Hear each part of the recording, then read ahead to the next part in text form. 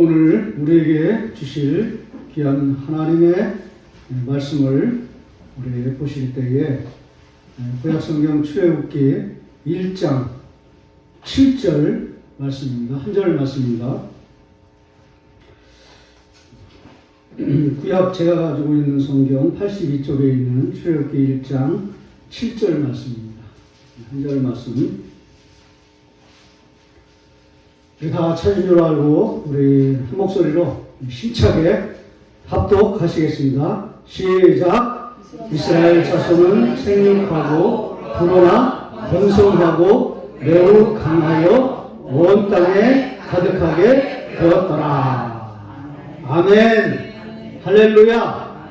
이 번성의 축복을 지금 이야기하고 있는데 이게 여기만 나오는 게 아니라 좀 읽어보시면 한 두 차례 더 나옵니다. 그러니까 번성 매우 강하였더라. 애굽 사람이 두려워할 만큼. 할렐루야.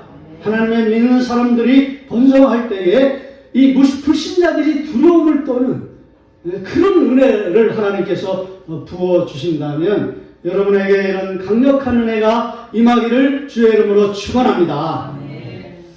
자, 우리 이제 말씀을 듣기 전에 이렇게 좀 인사를 나눴으면 좋겠습니다.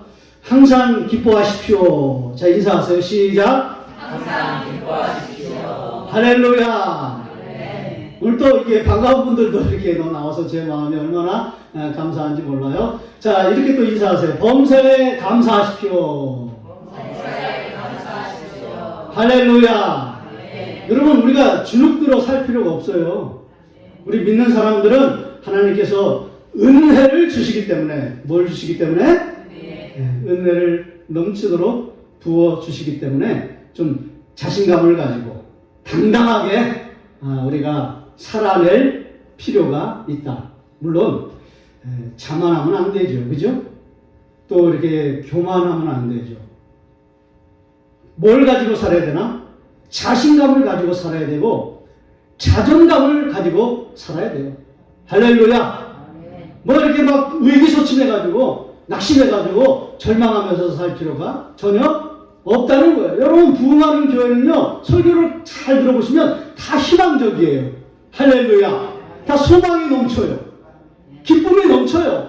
왜냐하면 하나님의 그 성령의 역사가 흘러나가기 때문에 그렇습니다. 성전에서 물이 흘러 넘칠 때 그거는요, 소망의 물이에요. 할렐루야. 그 물이 넘치기 때문에 흘러나가기 때문에 그걸 받는 사람들은 발목에서, 무릎에서, 그 다음에 허리에서, 전신에서 하나님의 기쁨으로 충만케 되는 줄로 믿습니다. 절대 두려워하지 말고 항상 제가 강조하는 것처럼 자신감을 가지고, 자신감? 그러지 말고요. 자신감을 가지고. 제가 썰렁한 유머를 해도 여러분이 다 받아주지 않습니까? 그러니까 제가 또 자신감 있게 유머를 얼마든지 강력하게 할 수가 있는 거예요. 여러분, 우리 한국 사람들은요, 대단한 민족입니다.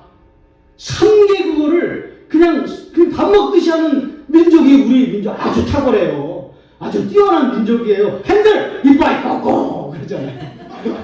3개 국어 아닙니까? 핸들. 영어죠? 이빨. 이런 거죠? 아까! 예? 여러분, 그 젊은 사람들도요, 광화문에 가면 외국 사람들을 많이 만나기 때문에 막 두려워서 이렇게 막 영어 잘 못하니까 막 그냥 막 쭉쭉쭉 가면서 그냥 피해 다닌다고 그래요. 주눅 들어가지고. 예? 그리고는 참 희한한 게 뭐냐면 영어를 못하는데 그냥 조용히 가면 되는데 영어를 못한다는 걸 또 영어로 해요. I can not, 뭐, English, 뭐, 이렇게, I can, 뭐라 그래요? I don't know! 뭐 이러기도 하고. I cannot speak English. 영어를 막. 그냥 조용히 가면 되네. 좀 이상해요. 영어도 못하면서 영어 하는 것처럼 그렇게. 근데 영어 제일 잘하는 사람은 누군지 아세요? 할머니예요, 할머니. 외국 사람이 할머니 만나면 그냥 뭐 피하지도 않아요, 할머니들은. 어른들은 대단해요. 놀라워요. 얼마나 큰 자신감이 있는지. 일로 와! 해가지고, 광화문 어디에요? 어여라의 광화문. 그러면 일로 와!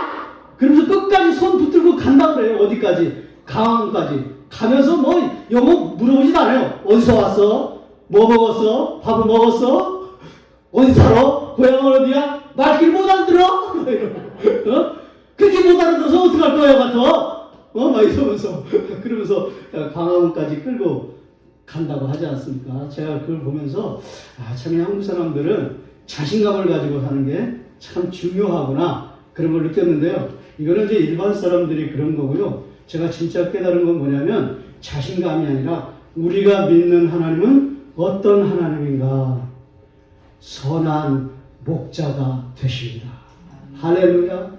이거 하나만 우리가 붙들어도, 이거 하나만 우리가 정말 강력하게 우리 마음속에 이렇게 소용돌이 치고 있다면 우리는 그냥 세상 사람들이 누리는 그런 자신감이 아니라 하나님이 선한 목자라고 하는 그런 강력한 그 마인드를 통하여서 우리에게 넘치는 축복을 주실 줄로 믿습니다. 이 설교 준비하면서 오다가요, 그 개그우먼 박미선 씨 여러분 아시나요? 네, 이봉원 씨만 알아요.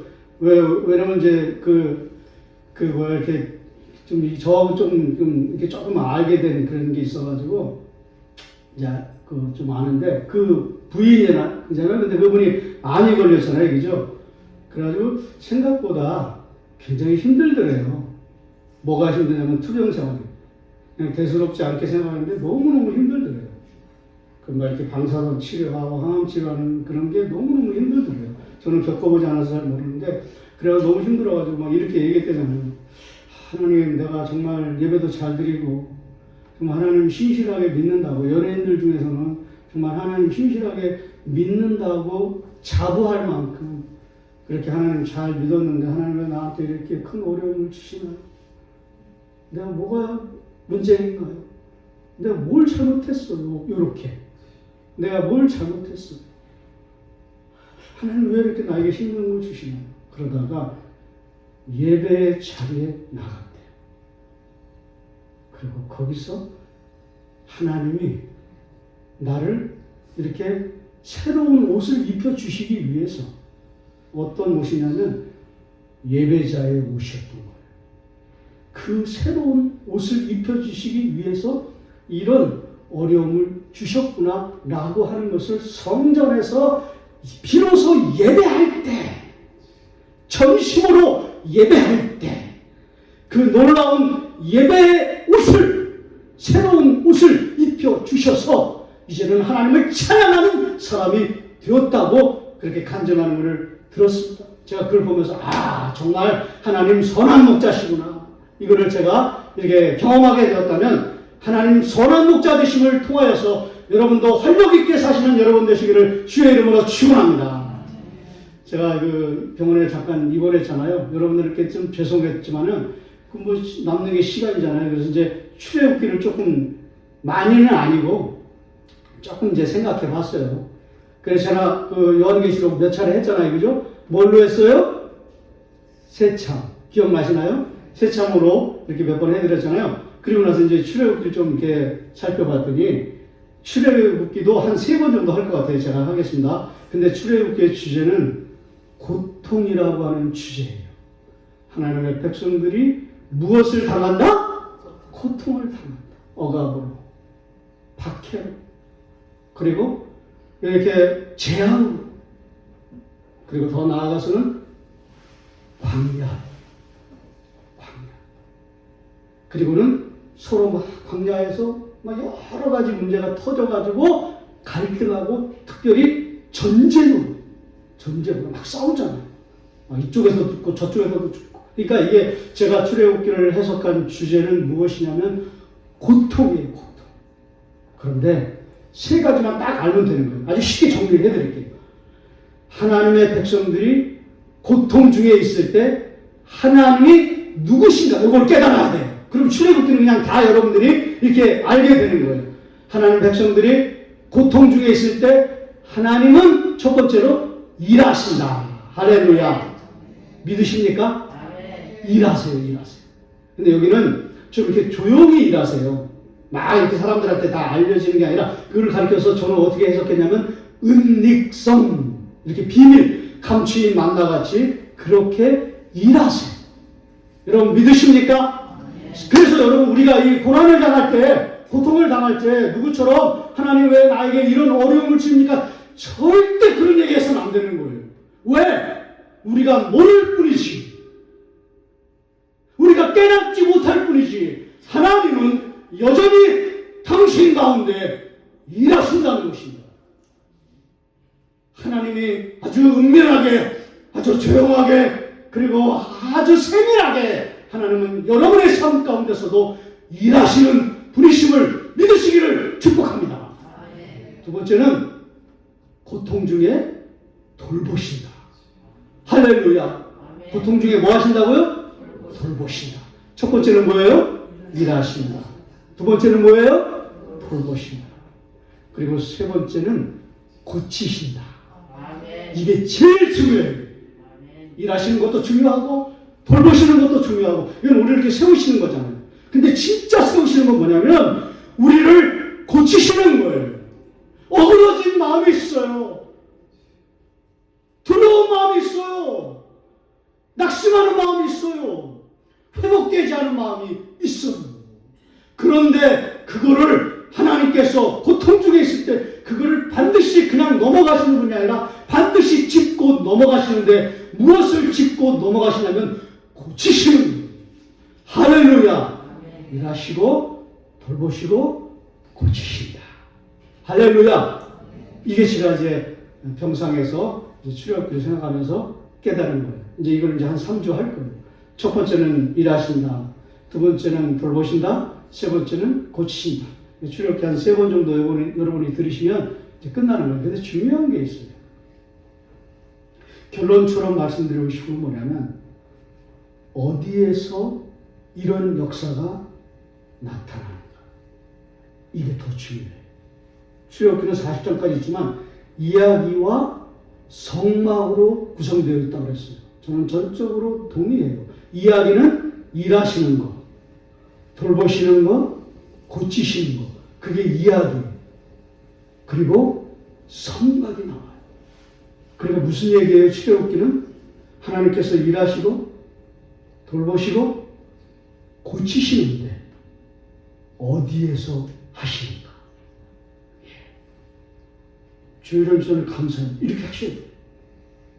성막에서 이런 일이 나타나는 거예요. 성막에서 일하시고, 성막에서 돌보시고, 성막에서 고치시는 거예요. 이거를 믿으시기를 주의 이름으로 축원합니다.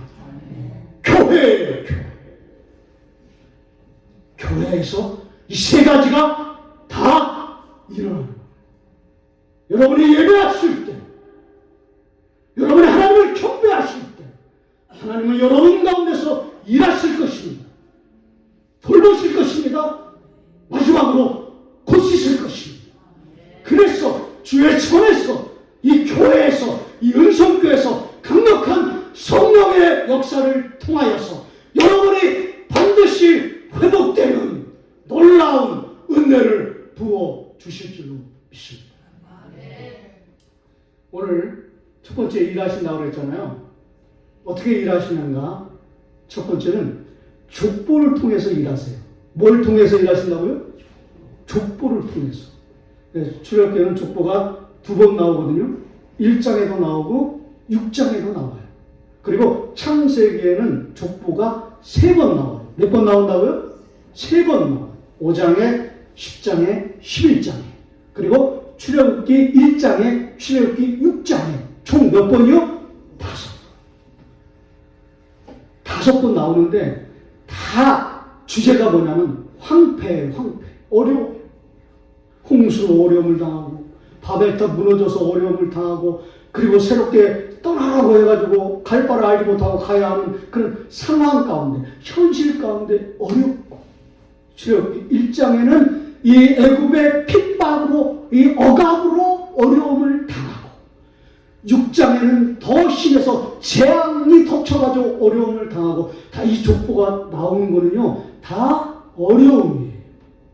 저와 여러분에게도 어려움이 찾아올 수 있다는 것, 그거를 말해주는 거예요. 그런데 놀라운 건 뭐냐면 그 어려움 속에서 조용하게 하나님이 뭐 하신다? 일하신다. 할렐루야. 이게 족보를 통해서 보여주는 일하심이에요.